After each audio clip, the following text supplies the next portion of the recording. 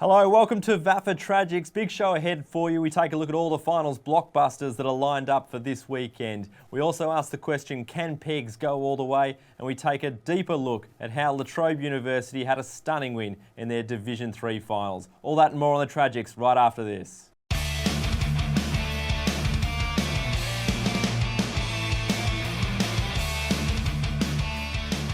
Welcome to VAFA Tragics. The full panel's assembled. Let's kick things off though with the performance play of the week, the Nutrients Direct performance play of the week. Nick, we don't have the bag anymore. I'm not sure where it is, but let's go to it anyway. Nutrients Direct performance play of the week. Who is it for this week? I'm going to the Premier B thirds grand final between Old Trinity and De La Salle, and Trinity's captain, Riley McDonald, was playing his last ever game for the club, and in the final minutes, they've been trailing all game to De La Salle. They'd only won 6 games throughout the season, Trinity. Riley McDonald's handed a free kick for being held. He's gone back with about a minute and a half left, and he's put the set shot straight through the middle, the go-ahead goal. They did kick another one on the siren, but this was the go-ahead goal in front of a massive Trinity crowd. Fantastic work by Riley McDonald. Brenton. I'll keep with that theme and I'll go to La Trobe University. As in the vision you'll see a bit later, Bryce Dowler with a perler from the boundary line. Show it twice. Show it twice. Yeah. It's an absolute ripper from Bo Dowler in their 3-point win over South Melbourne, and he celebrated justly. He really got up and about around the boys. It was fantastic. We're all about the celebrations. Check out this one too. I'm going with Liam Darcy, Monash Blues, albeit from a free kick, but he certainly enjoyed this goal, which saw Monash Blues secure Premier B finals action a year after being promoted. So sensational effort from the Blues, and we'll touch on that when we look at Premier B. But let's kick things off as we do with William Buck Premier final round of the season action. A couple of games which, for all intents and purposes, certainly at half-time, didn't look like they were going to have any bearing on the way the ladder was shaped up, but then Uni Blues stormed home in the Uni Derby, and it was a derby for all ages as the Blues came from up to 4.5 goals down at half-time to overrun Blacks. And superb running goal, over-the-shoulder snap from Tom Quinn to get Blues over the line here. You can see that on your screens. But more importantly, Blues get the double chance with the win. But I wonder, and I'm going to raise this here, would Blacks have minded? I mean, obviously you play to win, you don't go out to lose. I think I raised it last week on the show. It last week. But if they threw everything at them and managed to get over the line, they have to play Blues the following week. Yes. Again. Yes. So I reckon a new opponent gives them just a bit of a different look at things. They had a good result against Zaz when they hosted them, albeit they had a bad result when they lost to them at Toorak Park. But I reckon Blacks would have been okay with that. So you think they haven't shown all their cards? I think they haven't shown all their cards, and yeah, maybe they didn't want to play Blues in another derby in the first semi-final. But maybe I'm wrong. I'm speculating here. I've got no idea. All we can do is speculate. Exactly right. But just want to take a look at this bit of vision as well. This is the final 15 seconds of the game, really. Blacks win the clearance. They're down by 5 points, sorry. So they can still win the game. Kick comes out of the pack here to Jacob Gardner. He does brilliantly to collect the ball, breaks one tackle. Had Jordan Quayle running through centre half forward there. He could have given the hand pass and instead decides to try and take on the next tackler. Gets caught, eventually does get the hand pass out, which means Quayle is forced to rush his kick and kick off a step. Sails through, just off hands through for a minor score. Arguably, if he gives that hand pass earlier, Quayle scoots through 45 and, the classy player he is can drill the goal. Siren sounds, and that's it that was the absolutely fantastic win for Blues. And you're right, you've got to give that first option. You break one tackle, then you've got to give it, try and take on 2 and 3. Coaches always say you don't have to do it all yourself. But unfortunately for Gardner, it didn't come off for him, and Quayle missed the shot. Yeah, so let's take a look. So Blacks will play Zavs in a semi-final, knockout semi-final. Nick, you had a look at Zavs, and up until late in that game, they were playing for nothing most of the day, and then all of a sudden they've realised that Blues are going to win the game, and it was game on for the double chance. Absolutely it was, but Trinity, they got over the line by 11 points over there at Toorak Park. After a relatively even first term, the Tees broke away at the start of the second as Seb Nicolosi got on the end of absolutely everything. He piled on 3 goals in 6 minutes, which ultimately proved the difference as the Zavs couldn't really close that gap for the remainder of the game. He did go off with an injury though. I'll touch on that a bit later, but he did go off with an injury just after that 6-minute period, so it could have gone either way. But from there, the Tees were able to hold them at an arm's length, with Kyriakopoulos and Gabe Hamilton finding plenty of it, along with Callum Poll, who's been absolutely fantastic off the half-back flank this year. Now, what I want to talk about coming out of the games, though, is the key injuries. I spoke about Nicolosi. Ned Hunt's already out. He's been out for 2 weeks. He's slipped a disc in his back, so he might not even come back. He's going to go to a surgeon this week. But For Surgeon's Olds, not good. yeah, No. absolutely not. So we don't know how that's going to go. But Olds Zavarians, Nick Serafini went out in the first quarter. Ben Kennedy had his ankle iced in the second quarter, and John Shaw in the second half. 3 extremely key players. I want to get your thoughts on that and how big that is for them going into next week. It's a massive issue, and I'm sure we'll touch on it in the 4 questions. But for Zavs, yeah, it's not good situations. Shaw probably doesn't make it back unless they make a grand final with a hamstring injury. Very important to them. Yeah, massively important. Yep. Kennedy, we don't know the full prognosis of the injury yet. Serafini's been a real Ripping setting form. Mm. up player off the half-back line for Zavs throughout this season. And Zavs' first loss in 8, I think it Yeah, I was. think 8, And it's going to be hard from a semi-final, first knockout semi-final against Blacks. Especially against Blacks, the Cam Roberts-led Blacks, which we know can get it done. That's not probably who they wanted to face next week. No, probably not. William Buck Premier action in the other games.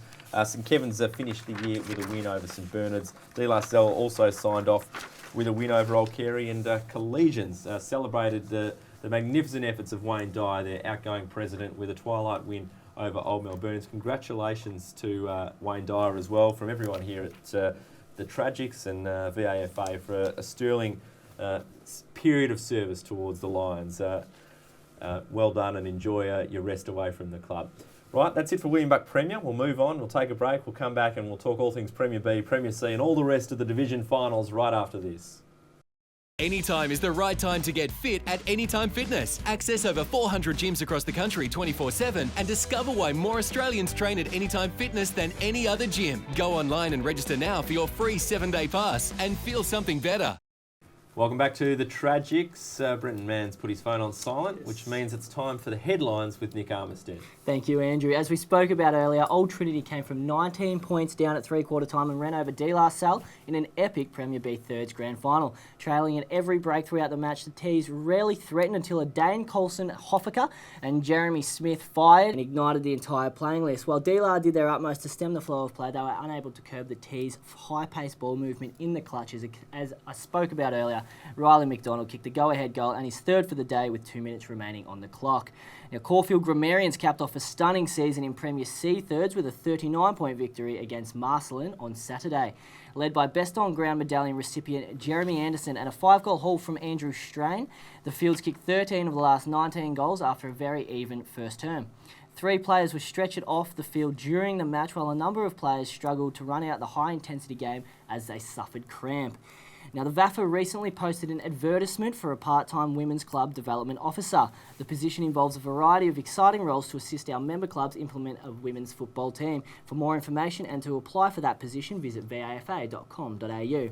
Now, Peninsula and Old Ivanhoe, who were scheduled to play at St Bernard's, have now been relocated to Box Hill for their do-or-die clash in Premier C this weekend.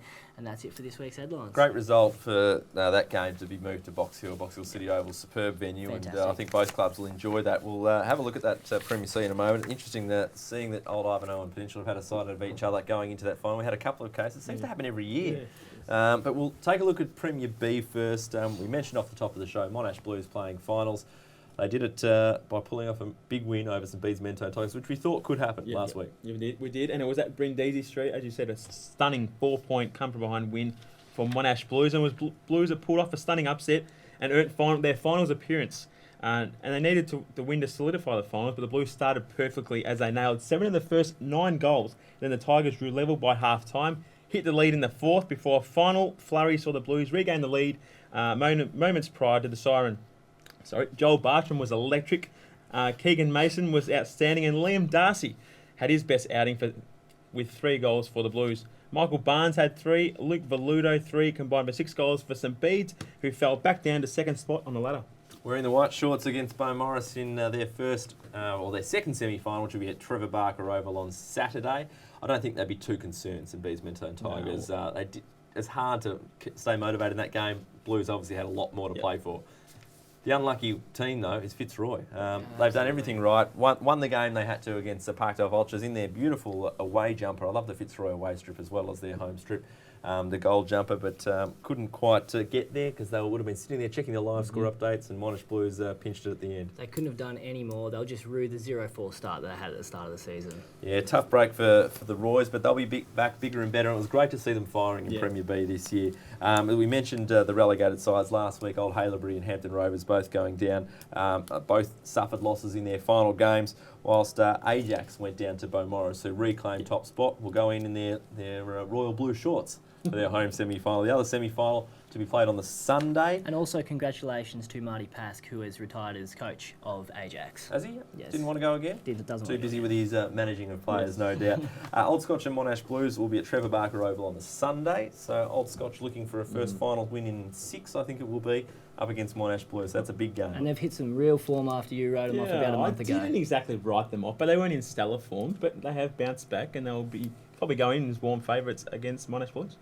Yeah, good luck to Old Scotch, and they've got to win a couple of finals to get back up to a William Buck Premier, but it's certainly not out of the equation for them, I think, at this stage. On to Premier C, and Nick, you had a bit of a look at the games. Well, in this section, we knew the finals make-up, but we didn't know the relegation make-up, and Marston and Old Camberwell did it in comfortable fashion, really. Yep. Absolutely, they did. Old Camberwell especially. But I wanted to look at the 3v4, just a bit of a prelude into next week before we talk about those relegation battles. Oakley and Ormond unfortunately relegated. They were holding the bottom 2 spots, and then both needed to win, and they weren't able to do it. Stunning turnaround by the Whalers. I reckon they won 5, 6, maybe 7 on the trot with a wet sail on the way home. Yeah, they 6 on the trot. 6 on the trot. And this was their most comprehensive performance by a long way. Get to 3v4 because it's we're going to see a rematch of it this week in the first semi. We are at Box Hill, as we said earlier. Old Ivanhoe will take a lot of confidence into that game as they defeated Peninsula by 8 points. Captain Mal Mitras led from the front as he put together a best-on-ground performance alongside 5 goals from the leading goal kicker for Premier C, Adrian Del Monte.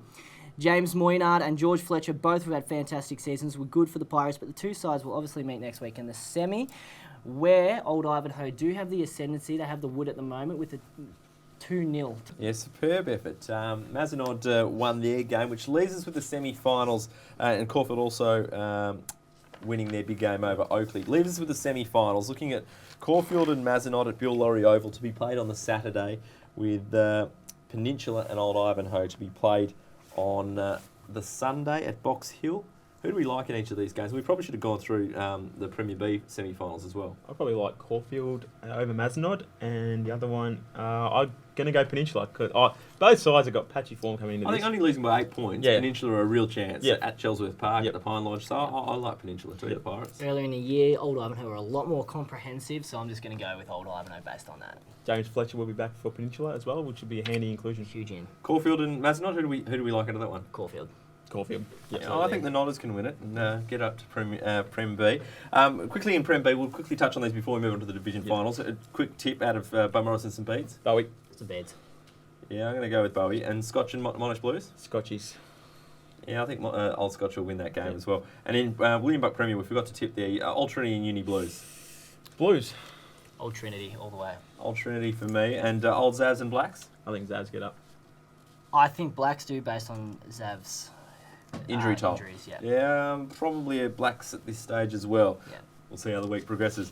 On to the divisions. Some classic games in the divisions, Brenton, but there's Old Mentonians who move out of the section for the first time in 13 years. Yes, their drought is over, and I copped a little bit of feedback on the via the text on Saturday night, which is fantastic from Old Mentonians. I'll chuck it down at Old Mentonian, just let me know that I didn't tip them, but Chook, I can't tip every winner, but it was a fantastic win for them against Ogs, and they, as you said, they move up to Prem C after, was it 13 or 14 years? 13 seasons in the one section. Anchored in Division 1, which was fantastic. The other game in Division 1 was Pegs, 62-point wins, comprehensive win over Therry Penola. Now they face Ogs this Sunday at Bill Laurie Oval, which will be a cracker, and Pegs, their best is absolutely good enough to take out this year. I know you wrote them off. You said they couldn't make finals. I didn't write them off. I didn't write them off. What I said is I just fancied St Mary's Salesian to get the job done, and they didn't do it. No, they didn't. Well done to Pegs. Pegs boys. Keep firing. Keep firing, Pegs. Massive game against Ogs this week. And I'm going to start. I should have started with Division 3 because we don't usually get division in the division report. But this is Bryce Dowler from Latrobe. I went with the Nutrients Direct Player of the Day. I wouldn't mind a bit of Nutrients Direct at the moment. I'm just struggling a bit. But 3-point win over South Melbourne. roller tape, as Nick would say. He's hemmed in, right forward pocket, set shot, and a minute remaining. Probably 45, I'd say 45 out, and he has absolutely nailed it. It sailed over the goal umpire's hat, and he absolutely celebrated. I don't think there was a player on the ground he didn't high five. Maybe a couple of South Melbourne boys too. It was fantastic. Win This for is what we want to see, folks. We want to see more The celebrating. over-celebrator will always get on VAFA Tragics. Absolutely. More celebration, more excitement, and cameramen out there as well. Stick on the guy celebrating the goal. Show the emotion, Andrew. You've got to show the emotion. Absolutely got to show the emotion. Powerhouse with a stunning win over UHSVU. It takes their winning streak to 6 games coming into this final series. Absolutely fantastic. So that they hadn't lost since 2nd of July against Glenora, and they only lost to Glenora by 7 points that day. Powerhouse is the form side of the competition. Can but they take it up to Hawthorn? they can take it up to Hawthorn. Your mates down at Rathmines Reserve. I don't know if they can get it done, but they will absolutely push them all the way. So that's Saturday, Hawthorn versus Powerhouse at St Bernard's. Sunday is Glenora versus Latrobe at St Bernard's as well. Quick tip. I'm going to go with Powerhouse. I'm going to go with an upset. Oh, you got to no double chance. This is a knockout. this now. is knockout. They've had a rest. Hawthorn and the Glenora. new top 6 equation. Yeah. There's no knockout. That's it. There's a knockout final. Glenora and the other one have Latrobe. I think they get that done easily.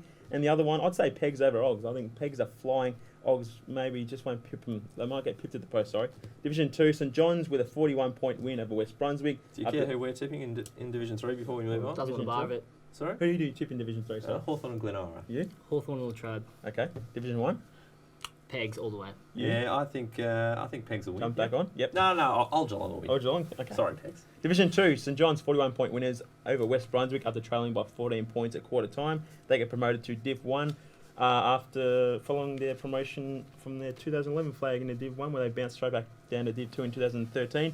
Stunning form for St John's throughout the year. Lost one game, and they face either Preston or West Brunswick in the grand final after Preston, 53-point winners over Yarra Valley. And Division 4, Westbourne Grammarians, stunning all year, undefeated still, 31-point win over Point Cook. They go straight into Division 3, get promoted in Division 3 and straight into the grand final. In the other game, thriller, Mount Lilydale over Ely Park Sharks by 3 points. That final is Point Cook versus Mount Lilydale. Tip?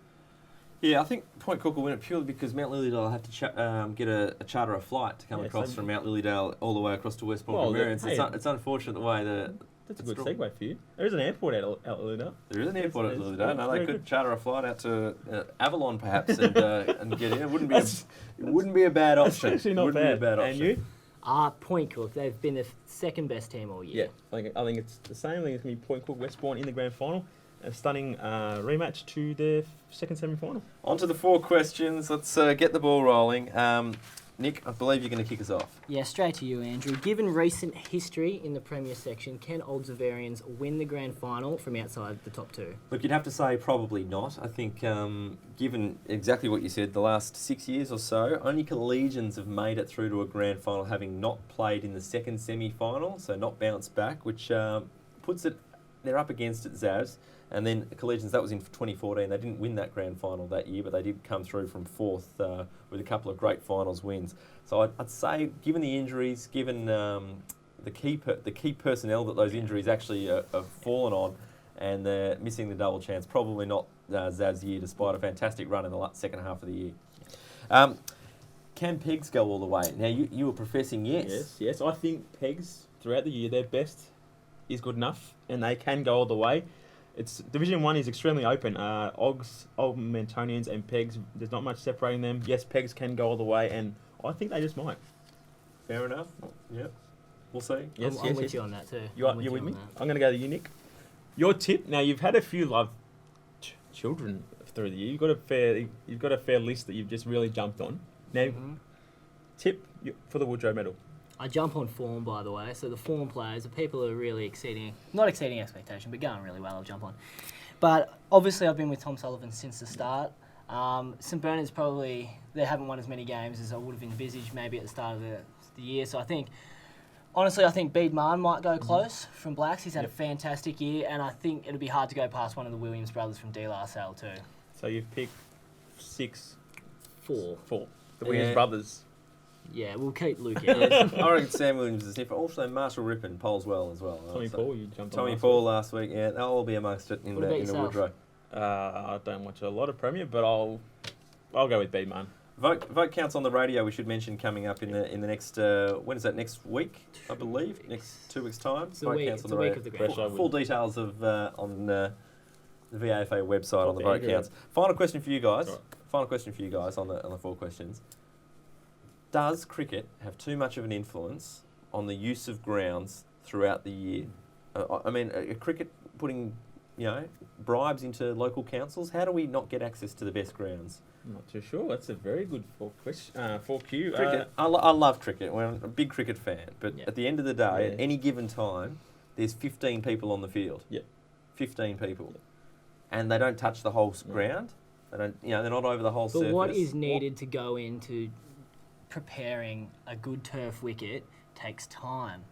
takes care. Shorten the season. Shorten the season. And Yeah, I Give think yourself. shorten the season. It rains through most of October anyway when the cricket season starts. True. So what? Have all of October to rest the pitches. It's when you're dropping your pitches in. That's when it's crucial stages. Yeah. Not happy with the way that Footy all the way, councils kick people off. They say the footy Yeah. season's done at the end of August. No, it's not. no. It goes through the end of September. That's it. That's all we've got time for on the Tragics. Hope you've enjoyed it. Good luck. Thank you. Well done, St John's. They've been promoted. Yep. Good luck. Good. Thanks, gents. Nick, we'll catch you again. Always great. Brenton, see you soon. See you, Andrew. See you next time on the Tragics.